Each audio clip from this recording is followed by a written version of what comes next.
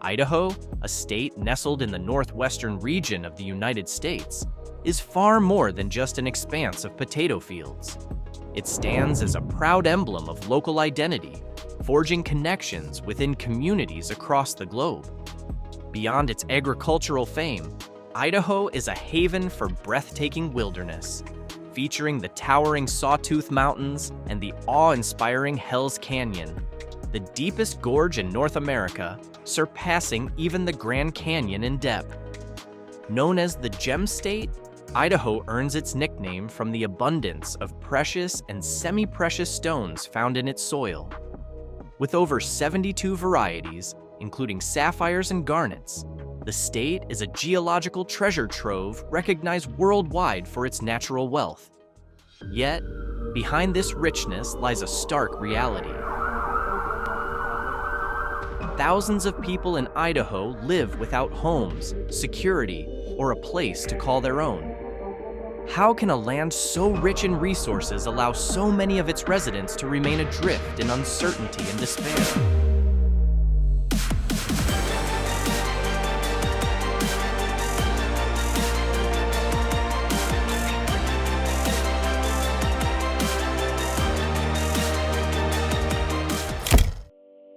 As of January 2023, the point-in-time count revealed that 2,098 individuals were experiencing homelessness in Idaho. Of this number, 1,611 homeless individuals were located outside of Ada County, while 687 resided within the county. The situation is exacerbated by a critical shortage of affordable housing, particularly for extremely low-income renters, those earning less than 30% of the area median income. According to a report by the National Low-Income Housing Coalition, roughly 20% of Idaho renters, equating to 39,022 households, fall into this category. The state faces a deficit of 24,710 affordable rental units to afford a two-bedroom rental at fair market value. In the state's capital, Boise, the housing crisis is even more pressing. To address this shortage, the city would need to build 2,045 affordable housing units annually through 2030. But housing is only one piece of the puzzle. Many homeless individuals face significant barriers to finding employment. Common challenges include lack of internet access, unreliable transportation, childcare expenses, and limited access to facilities for hygiene and laundry. These issues are compounded by other factors such as low education levels, minimal job skills, health conditions or disabilities, poor credit histories, and past criminal records. Even for those who manage to find work, earnings are often insufficient to cover market-rate rents.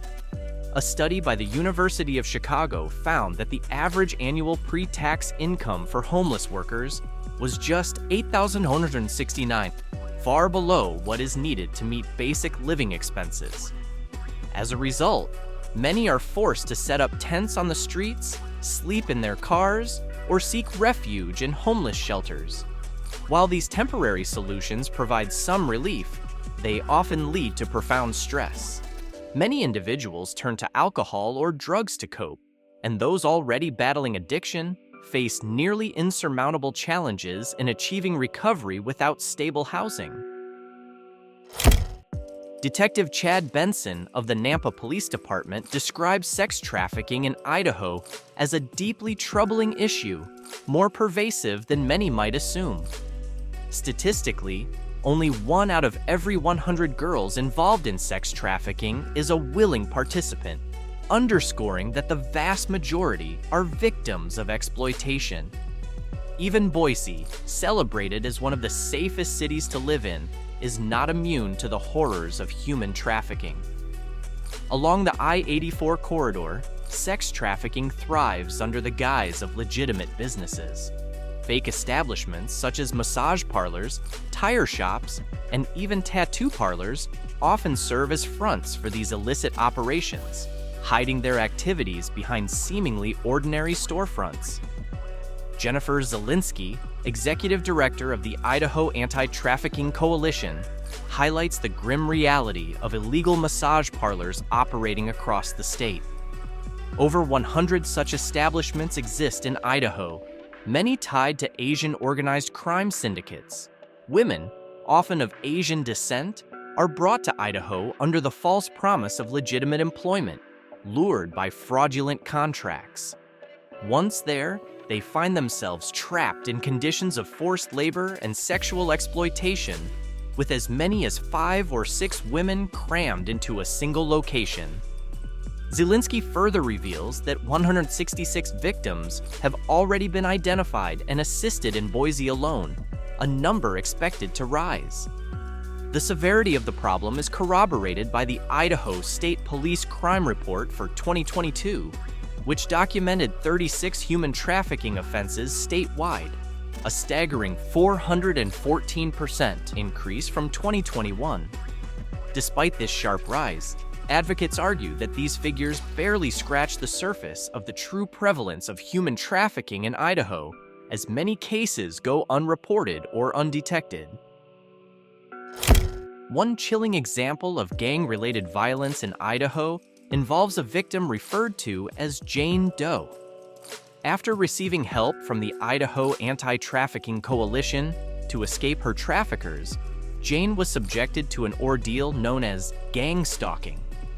Members of a gang targeted her relentlessly, harassing her at her workplace, breaking into her home, and vandalizing her car, leaving her in a state of fear and vulnerability.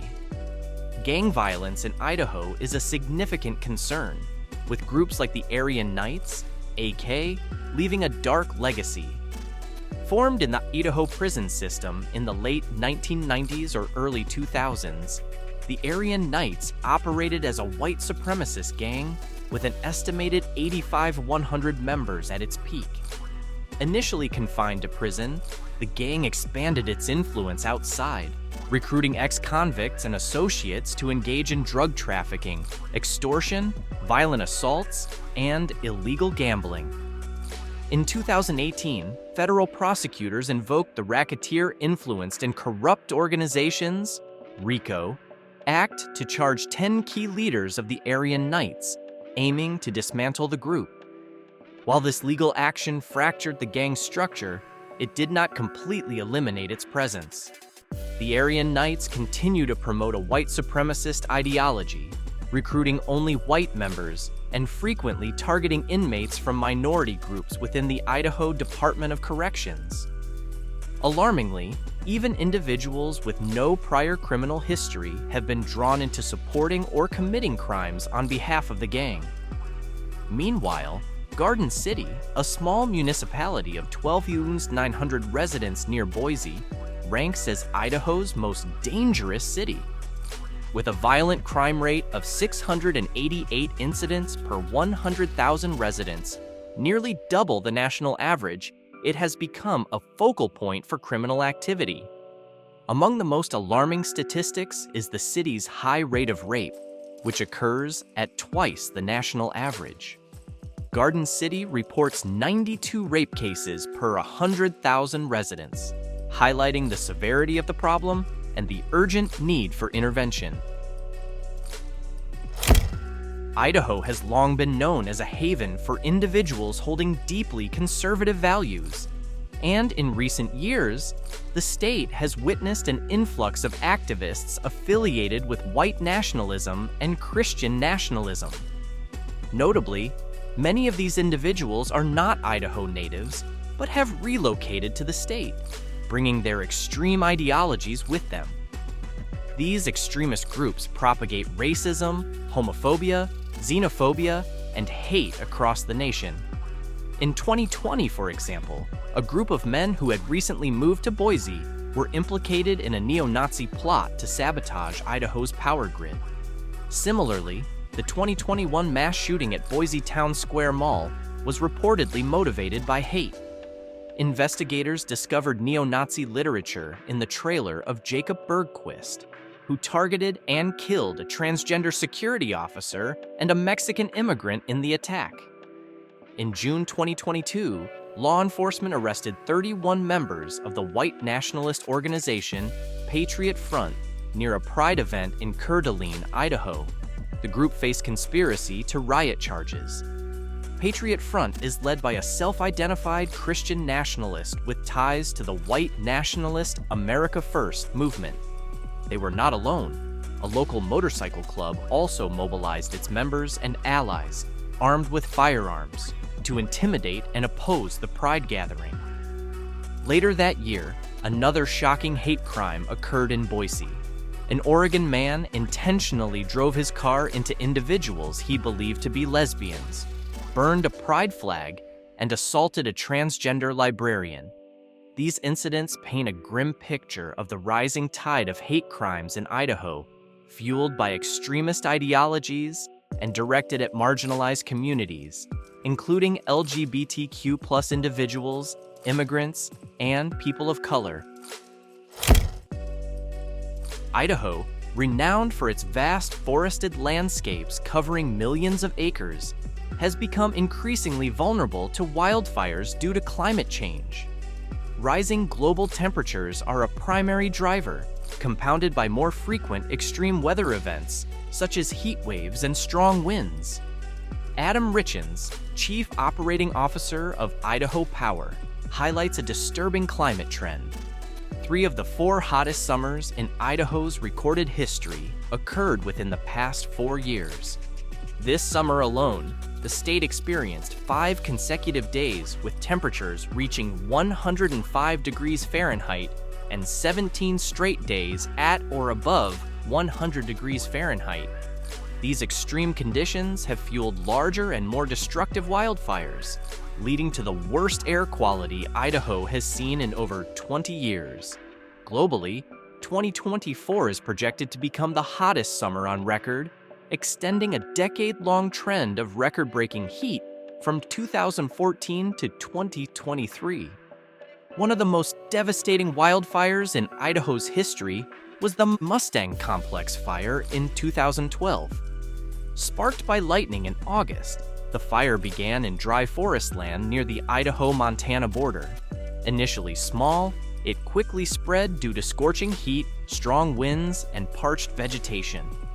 Ultimately, it consumed approximately 137,000 hectares, or about 332,500 acres, of the Salmon Chalice National Forest, making it one of the largest wildfires in Idaho's history.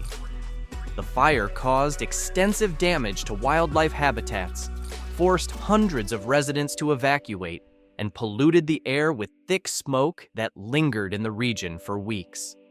Over 1,000 firefighters were deployed to combat the blaze, supported by helicopters and aircraft dropping water and fire retardants.